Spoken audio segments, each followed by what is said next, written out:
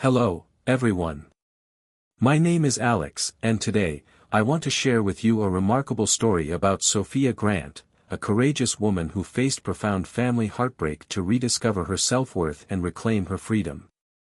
The story leaves us with a question rather than an answer, a reminder that life is unpredictable, but in every uncertainty lies a chance to bloom anew. It's not about perfection, it's about finding peace in your imperfection. Join me as we delve into Sophia's journey, where unexpected twists, heartbreak, and hope intertwine to teach us a valuable lesson about courage and self-love. At 6 a.m., the sharp buzz of my alarm jolted me awake in the quiet, orderly streets of Montclair, New Jersey. I sat up in bed, my chest heavy with an unspoken weight. The room felt too still, as if the air itself was holding its breath. Across the room, on my dresser, sat the photo from last Thanksgiving, a picture-perfect family moment. My sister Natalie stood at the center, radiant and poised, with our parents proudly at her side. And there I was, Sophia Grant, at the edge of the frame, wearing a smile so faint it could be mistaken for indifference. I lingered on the photo, a sour taste creeping into my mouth. One day, I whispered to my reflection in the mirror, a promise to myself that felt more like a plea. After a quick shower, I slipped into my gray pantsuit, every movement practiced and deliberate. As the director of operations at a logistics company, I thrived on order and precision. Yet, outside of work, I often felt like a ghost in my own life, overshadowed by Natalie, the golden child who always commanded the spotlight. At 6:45, I stepped outside into the crisp autumn air, nodding at Mrs. Carter, who was trimming her garden. "Good morning, Sophia. Did you see Natalie's feature in Business Weekly?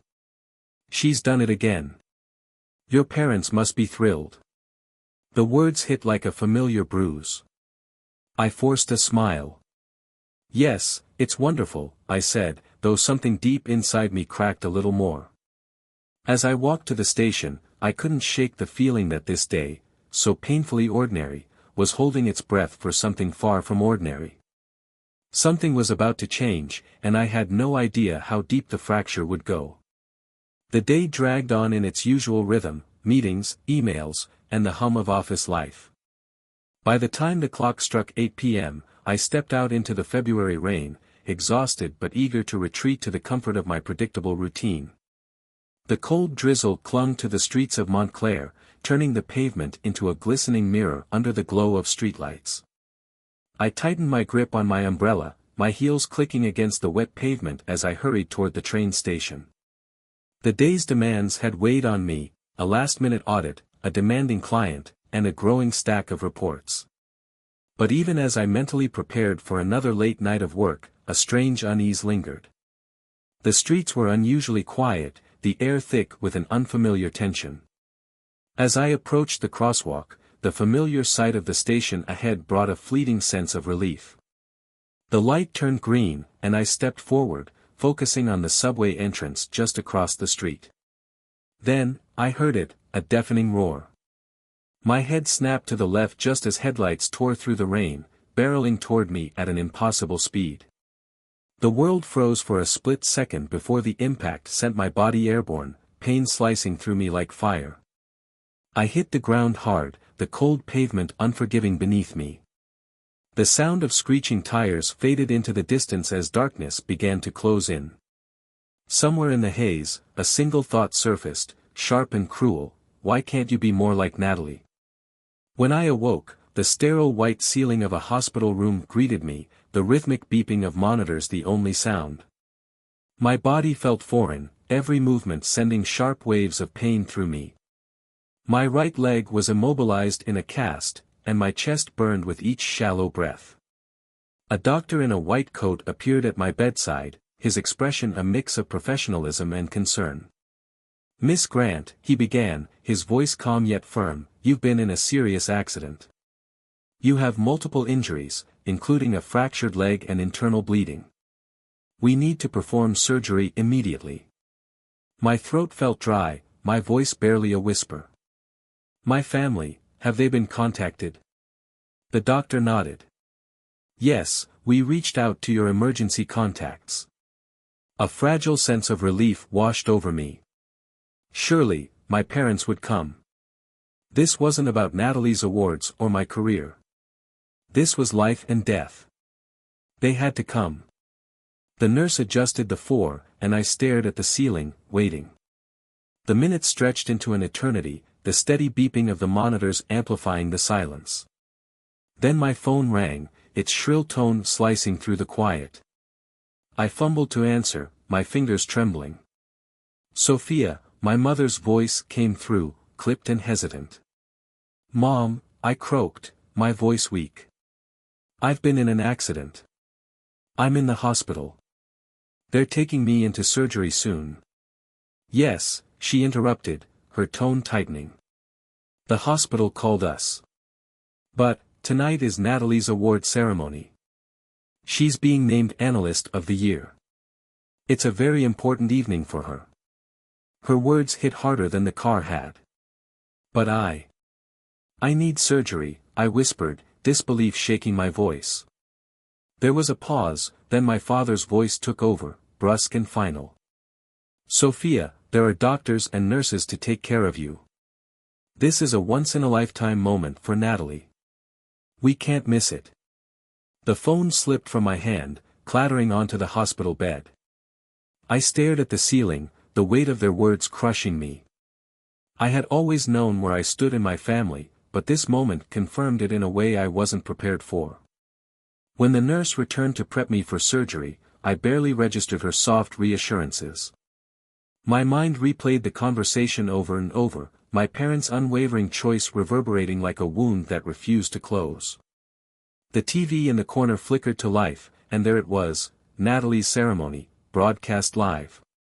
She stood on stage in a shimmering gown, radiant as applause erupted around her. My parents sat in the front row, their faces alight with pride. Alone in the sterile room, tears streamed silently down my face. Somewhere deep inside me, amidst the physical pain and emotional devastation, something began to shift. It wasn't just hurt anymore. It was resolve, a quiet, simmering determination that whispered, this wasn't just a night to survive. This was the night everything would change. When I awoke from surgery, the beeping monitors were the first sound to greet me, followed by the muted hum of hospital activity outside my room. My body felt heavy, my leg encased in a cast and my chest tight with every breath. Yet the physical pain was nothing compared to the ache of knowing I'd gone through this alone. Morning sunlight filtered through the blinds, painting the sterile walls in faint gold. Just as I was beginning to gather my thoughts, my phone buzzed on the bedside table. The screen flashed, "Mom." My fingers hesitated, the memory of last night's phone call still fresh and raw. But I answered. "Sophia," my mother's voice was shaky, barely holding together. "We're on our way to the hospital." Her tone set my heart racing. "Is everything okay?" I asked cautiously, dread curling in my stomach. "Natalie," she began but trailed off, her words dissolving into muffled sobs. My father's voice came on, sharp and urgent. "Turn on the news, Sophia. Now." Fumbling with the remote, I switched on the TV, the screen immediately flashing a bold red banner, "Breaking News." The anchor's voice filled the room, steady and matter-of-fact. Rising Wall Street star Natalie Grant has been arrested on charges of financial fraud. Authorities allege that Grant misappropriated over $20 million in client funds for personal use, including luxury goods and overseas travel. Investigators are also looking into accusations of document forgery and tax evasion. The screen cut to footage of Natalie being escorted out of her Manhattan office in handcuffs. Her once polished image was gone, replaced by a pale, defeated expression. The dazzling smile she'd worn on stage last night had vanished. I stared at the TV, my mind struggling to process the avalanche of information. This couldn't be real. Natalie, the golden child, the family's pride, was now at the center of a national scandal. The door to my hospital room burst open, and my parents rushed in. My mother's makeup was smeared, her eyes red and swollen. My father, who always carried himself with an air of unshakable confidence, looked hollow, his shoulders slumped. "Sophia, we need your help," he said, his voice trembling yet commanding. I blinked, still numb from the news. "Help? What do you mean?" "We've posted bail for Natalie, but it's not enough," my mother interjected, clutching my hand with trembling fingers. "We need your savings to make up the difference." The words hit me like a physical blow. "My savings?" I echoed, disbelief coating every syllable. "You're the only one who can help us now," my father said firmly. "Natalie's future is at stake. We can't let her go to prison." Anger surged through me, hot and undeniable. "Last night, I lay here waiting for surgery, and you didn't come. You chose her award ceremony over me. And now you expect me to clean up her mess. This isn't about the past, Sophia," my father snapped, his tone hardening. "This is about family. Natalie made a mistake, but we stand by each other in this family." I let out a bitter laugh, the sound foreign even to my own ears. "Family? You've spent my entire life showing me where I stand in this family, on the edge, looking in. When I got promoted, you barely noticed. When I succeeded, it was never enough. And now you want me to sacrifice everything I've worked for to save her." My mother's sobs grew louder, but I couldn't bring myself to comfort her. Years of buried resentment bubbled to the surface, sharp and unrelenting. "Don't you dare turn your back on us," my father warned, his voice shaking with both anger and desperation. I met his gaze, something in me breaking free. "I'm not turning my back. I'm finally standing up for myself." The room fell into a heavy silence, thick with the weight of unspoken truths. Finally, my parents retreated, defeated but unwilling to admit it. "Think about what you're doing," my father said coldly as they left. "Natalie's life is at stake." As the door clicked shut behind them, I felt an odd sense of relief. For the first time, I wasn't chasing their approval or begging for their love. I was choosing myself. The TV continued to drone on in the background, details of Natalie's crimes spilling out like poison. But I wasn't listening anymore. I turned my gaze to the window, where the sun was beginning to rise over Montclair. This wasn't just the fallout from a family scandal. This was the moment everything would change. I didn't know what the future held, but for the first time, I was certain, I wasn't going back.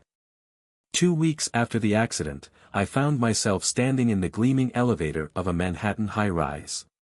The familiar ache in my leg reminded me with every step that my recovery was far from over.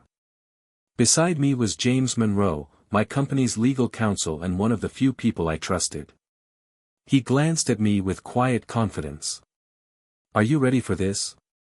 I gripped the rail of the elevator, steadying myself. "As ready as I'll ever be." The doors opened, revealing my parents' expansive Upper East Side apartment. Once a symbol of pride and success, it now felt hollow, its glittering chandeliers and pristine decor masking the cracks beneath.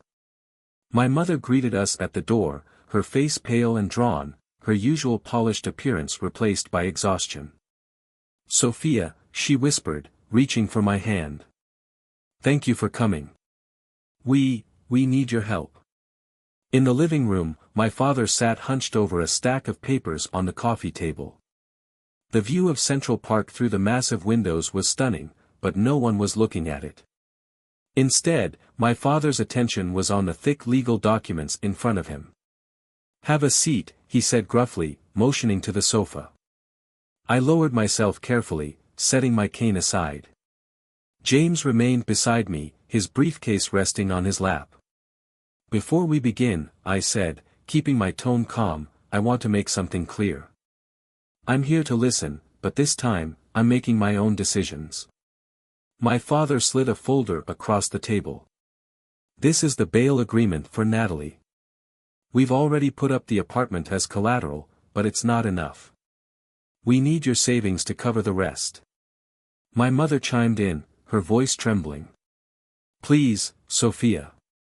Natalie's life is in ruins. She needs us, all of us, to stand by her. I looked down at the folder, the weight of their expectations pressing heavily on my chest. "And where were you when I needed you?" I asked quietly, my voice steady but sharp. "This isn't the time to dredge up old grievances," my father snapped, his tone clipped. "Natalie made a mistake, but she's family. We stand by each other in this family." "Family?" I repeated, leaning forward. "Where was that loyalty when I was lying in a hospital bed, waiting for surgery? Where was it when you chose her award ceremony over my health?" My father stiffened, his jaw tightening. My mother's eyes welled with tears, but I wasn't finished. "You've spent my entire life making it clear who matters in this family, and it's never been me. You celebrated Natalie's successes while dismissing mine as insignificant. And now you expect me to give up everything I've worked for to save her?" James cleared his throat, breaking the tense silence. "With all due respect," he began, "this situation is far more complicated than a bail payment. The charges against Natalie are extensive: fraud, forgery, tax evasion. Even if bail is posted, there's a high probability of additional charges. The money won't solve her legal problems." My father leaned forward, his tone turning desperate. "We'll do whatever it takes to protect her." "And what about me?" I asked, my voice rising. "Am I supposed to give up my future, my security, for someone who's never once supported me? You taught me to be independent, to stand on my own. Well, now I'm doing exactly that." "You're selfish," my father spat, his face reddening with anger. "After everything we've done for you." I stood, gripping the cane tightly as pain shot through my leg. "Everything you've done for me?" My voice shook, but it wasn't with fear. "You ignored me. You belittled me. And when I needed you most, you abandoned me. So no, I won't sacrifice myself for Natalie's mistakes." My mother broke into sobs, but I couldn't bring myself to comfort her. Years of resentment had built to this moment, and I wasn't backing down. "I've made my decision," I said firmly. "I won't give you my savings. And I won't let you manipulate me into cleaning up this mess." James stood, gathering his briefcase.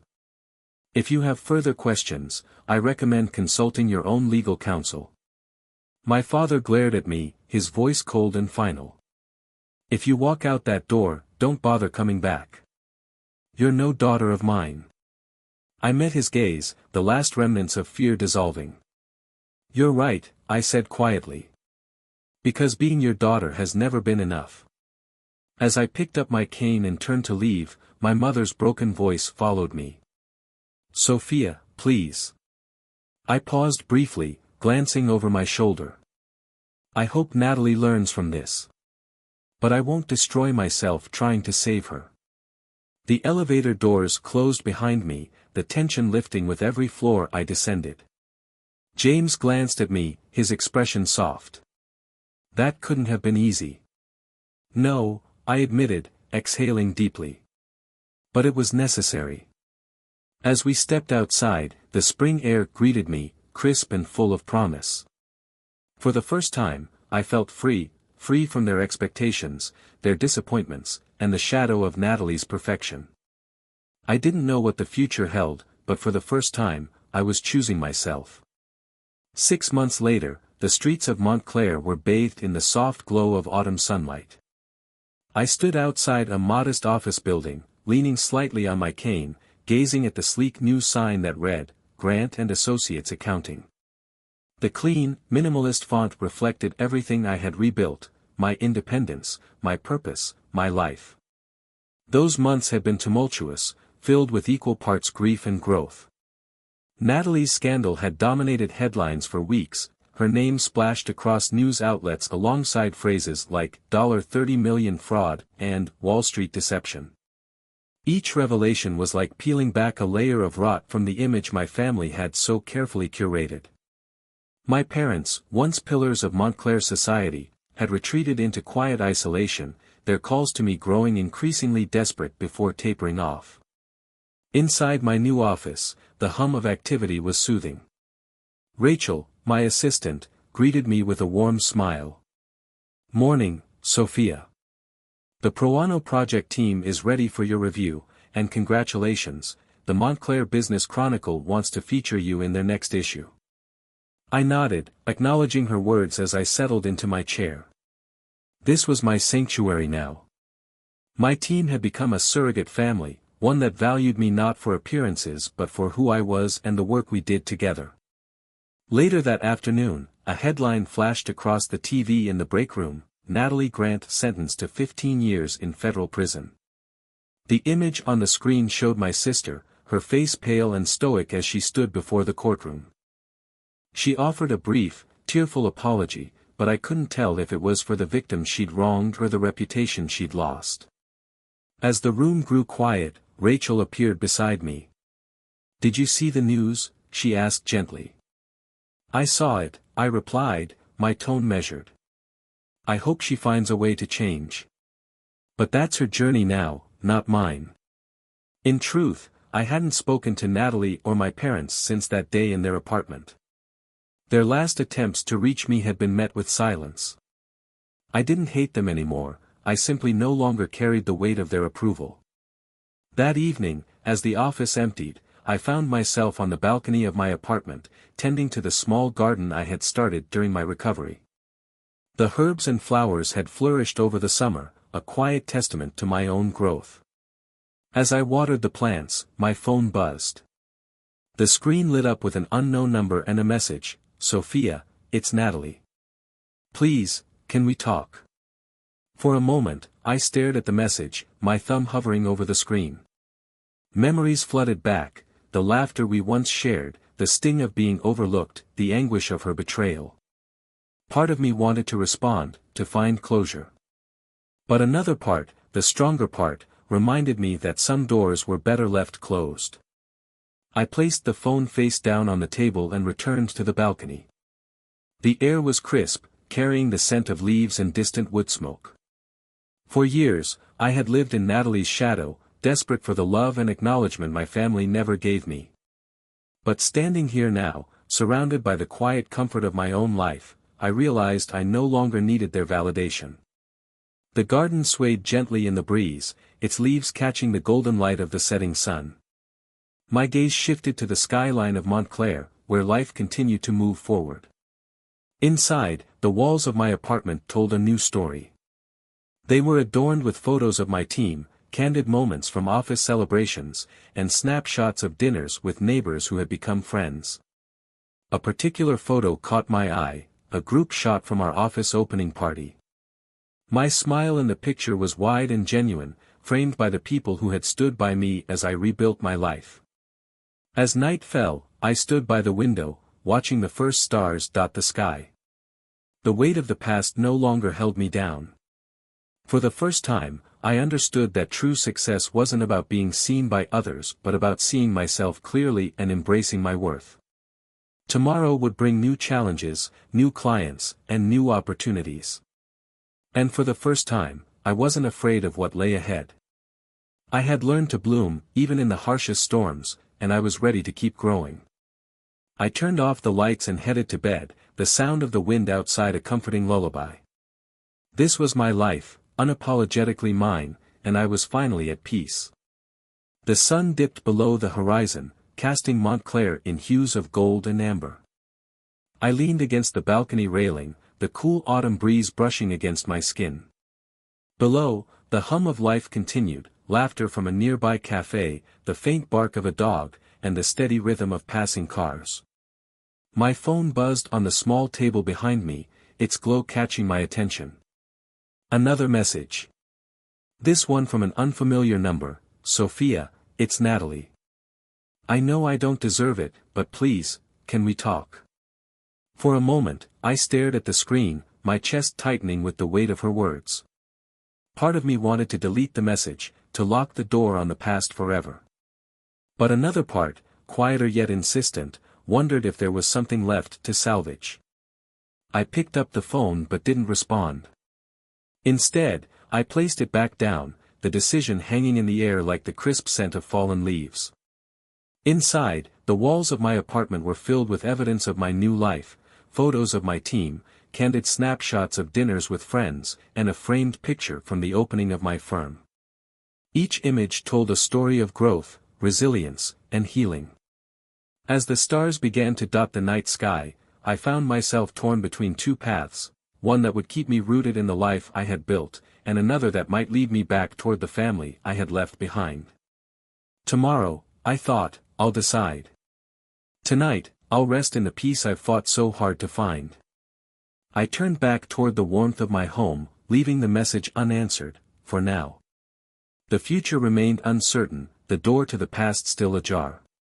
But for the first time, I felt strong enough to face whatever waited on the other side. This story strikes at the core of what it means to reclaim yourself when the ones you love most don't see your worth. It's a deeply human reminder that even in the face of rejection, betrayal, or being overlooked, you hold the power to define your own value.